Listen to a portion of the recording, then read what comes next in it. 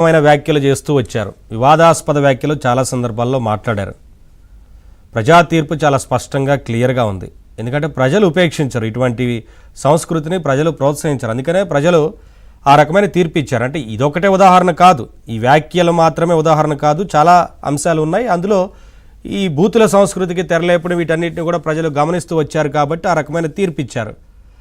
రోజా గారిలో ఇంకా మార్పు కనిపించకుండా అదే రకమైన వ్యాఖ్యలు చేయడం పట్ల రోజా గారు గతంలో కూడా చాలా వ్యాఖ్యలు చేశారు, అవన్నీ అందరం చూసాము, విన్నాము.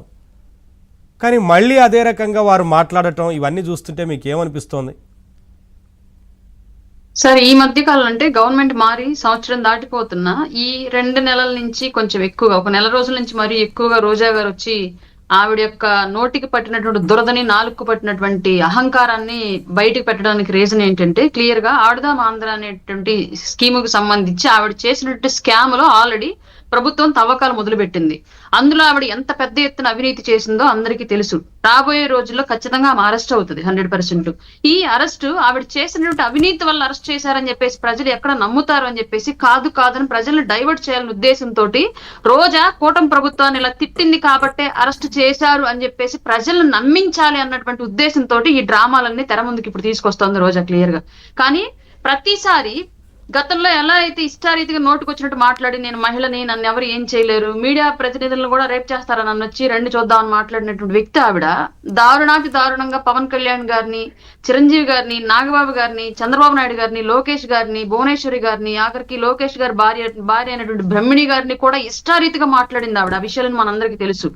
ఇవాళ మళ్ళీ అవన్నీ మర్చిపోయి నా కొడుకుని నన్ను కలిపి మారిఫింగ్లు వేశారు, ట్రోలింగ్లు వేశారని చెప్పేసి మీడియా ముందుకు చేడుస్తోంది ఆవిడ. దొంగ దొంగ దొంగ నరిసినట్లుగా గత 5 ఏళ్ల పాటు ఆవిడ చేసినటువంటి చండాలను అంతటిని కూడా మర్చిపోయి వాళ్ళ పార్టీ నుంచి ఇష్టారీతిగా మాలాంటి వాళ్ళు, మేడం లాంటి వాళ్ళు అందరి మీద ఇష్టారీతిగా చేసిన ట్రోలింగ్లు, మార్ఫింగ్లు మర్చిపోయి ఆ రోజు ఎప్పుడూ కూడా మహిళలు మీరు అలా చేయొద్దు, రాజకీయంగా అట్లాంటి ప్రవర్తన మంచిది కాదని చెప్పేసి ఎక్కడ ఖండించిన దాఖలాలు లేవు. రోజా అసెంబ్లీ సాక్షిగా ఆవిడ అసెంబ్లీలో ఉండగానే భువనేశ్వరమ్మ గారి గురించి, లోకేష్ గారి గురించి ఇష్టారీతిగా మాట్లాడుతుంటే పగలబడి ఇరగబడి నవ్వినటువంటి రోజా, మంగళపూడి అనిత గారిని ఇష్టారీతిగా మాట్లాడినటువంటి రోజా, మేల్ ఎమ్మెల్యేలని కూడా బాడీ షేమింగ్ చేస్తూ ఆవిడ బాడీ లాంగ్వేజ్ తో వల్గారిటీగా అసెంబ్లీ సాక్షిగా బిహేవ్ చేసినటువంటి రోజా, ఇవన్నీ మర్చిపోయి ఆవిడ మీద ఎవరో సోషల్ మీడియాలో ట్రోల్స్ చేశారంట. అందుకని మీడియా ముందుకు వచ్చి ఏడ్చింది అంటే నమ్మేలాగా అనిపించలే ఎవరికి కూడా. పూర్తిగా అందరికీ అర్థమవుతున్న అంశం ఏంటి అంటే, ఇన్నాళ్ళు ఆవిడ చేసినటువంటి పనులన్నీ మర్చిపోయి, వాళ్ళ పార్టీ చేసినటువంటి పనులన్నింటినీ మర్చిపోయి వాళ్ళు కొత్తగా ఏదో ఎప్పుడో చేసినటువంటి ట్రోలింగ్, మార్ఫింగ్ గురించి ఇప్పుడు వచ్చి ఏడుస్తుంది ఏంటి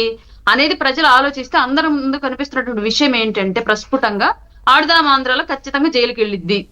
ఈ విషయం ప్రజలు నమ్మకూడదు కాబట్టి టాపిక్ డైవర్ట్ చేసి కూటమి నాయకులను తిట్టినందుకు తీసుకెళ్లారని చెప్పేసి ప్రజలు నమ్మాలి, అదే ఆ వైసీపీ ఛానల్స్ ప్రచారం చెయ్యాలి అన్న ఉద్దేశంతో ఆవిడ ఈ ప్రవర్తన చేస్తుంది.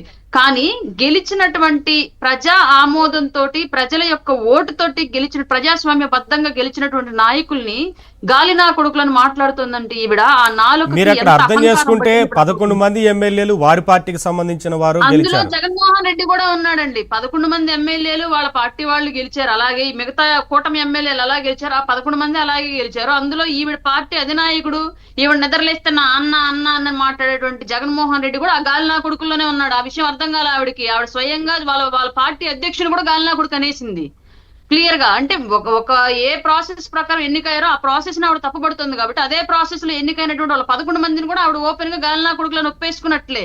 అంటే ఆవిడ నోరు ఎంత అడ్డు అదుపు లేకుండా పడుతుందో ఇప్పటికి కూడా. ఏం లేదు, ఒకటే ఫెమినిస్ట్ కార్డు, నేను ఆడదాన్ని, నన్ను ఏమీ చేయలేరు, ఏమైనా చేస్తే మీడియా ముందుకు వచ్చేసి నేను మహిళను కాబట్టి నన్ను ఇలా చేశారని చెప్పేసి ఆడవచ్చు, ప్రజలు నమ్మేస్తారు, కూటమి తప్పు చేసిందని చెప్పేసి అనేస్తారు అన్నటువంటి ఒక దురుద్దేశంతో ఆవిడ ఇప్పటికి కూడా అదే స్థాయిలో రెచ్చిపోతుంది. కానీ ప్రజలన్నీ గమనిస్తున్నారు, గత 5 ఏళ్ల పాటు గమనించారు కాబట్టి దారుణమైనటువంటి ఓటమిని వైసీపీ కట్టబెట్టారు.